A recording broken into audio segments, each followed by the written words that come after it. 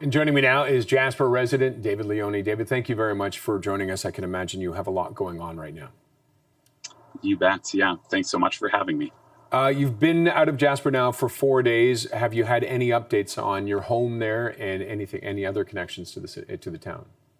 We have, yeah. So the updates on our home are such that 2 nights ago, we had some contact. We were able to see a little bit of video of the street that we live on in Jasper, in the west side of Jasper. And unfortunately, the buildings, which in that area are mainly residential, some of the hotels are a couple hundred yards away from us to the southeast. Our house was razed to the ground, unfortunately. I don't know, how could you process that? You're watching this video and you see where your house used to be. How did it hit you?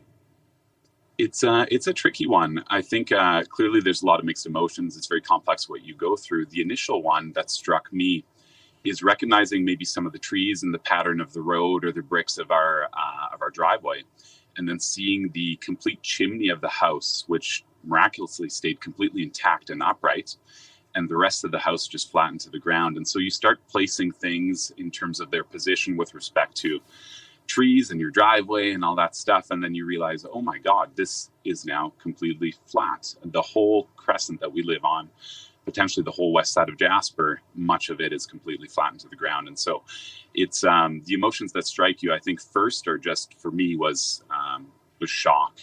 And I think in a way, even a day and a half on from that, I'm still feeling very shocked. This image here that's looping is just, my home is just beyond that initial picture. And so that picture was, I think, seen on Facebook. And the writing really came on the wall for us. And there's another one, our home is directly behind those houses. So yeah, the shock, I think grief came later on, but just shock at just how stark and almost a moonscape of images that came through there. So, yeah. How long have you lived there? We've been there just shy of 10 years. So we moved there, in late 2015. And it's, as you know, it's a tight-knit community. It's a tourism-based economy. But really, the residents have each other's backs. We're friends, we're neighbors, we're colleagues at work. And the weekends, we recreate with our kids together. So it really is a lovely community. And was interesting to see how much support, even from fellow neighbors during those hours of evacuation, how much help that has been to us. Now, when you were told to evacuate, did you have a chance to get any personal items, the things that you want to keep close to you, to get out? Yeah. So, I mean, my lovely wife was planning for this more than I was for the last several months, even years. Town, it's been no secret that despite fire crews locally and national parks crews thinning the forests and preparing town for this eventuality, that there was always the possibility of a fire through Jasper. And so people were prepared. People knew it had been very hot for 3 weeks, historic high temperatures, and a sustained hot drought. And so our level of preparation, you're always caught surprised. There's always an element of, oh, this is a fun fire drill, and we'll be leaving town and returning in a couple short days. There's always that hope.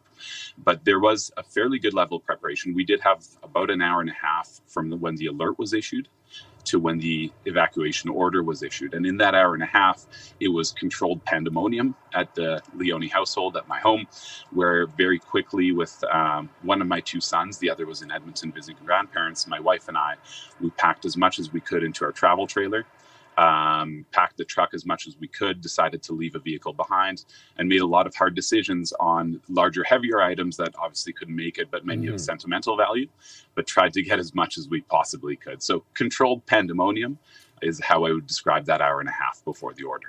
And before we go, have you been told when you can go back, and are you going to go back? So yeah, we'll gladly go back in. I would love to see what remains. I would love to. Just even for me psychologically, I think it's good to have some closure to see for myself what it's like. There's no word. The fire situation, I think, remains a little bit tense, although, and this is not fact, but I believe that town itself, much of it was spared. So yeah, I'll be going. I'm glad to go.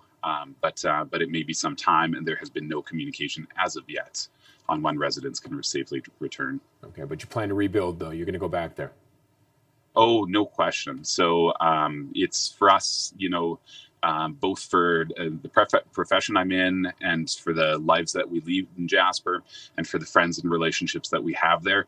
It's a town that is strong and will absolutely rebuild. It will look different. I suspect there will be some families and some people that choose not to return, and certainly they have every right to choose whichever way they want. But for us personally, it's not a question of if, it's a question of when we return. Okay. Well, David, thank you very much for talking to us today, and we wish you and your family and everyone else affected by this the best. Thank you so much. Thank you for having me.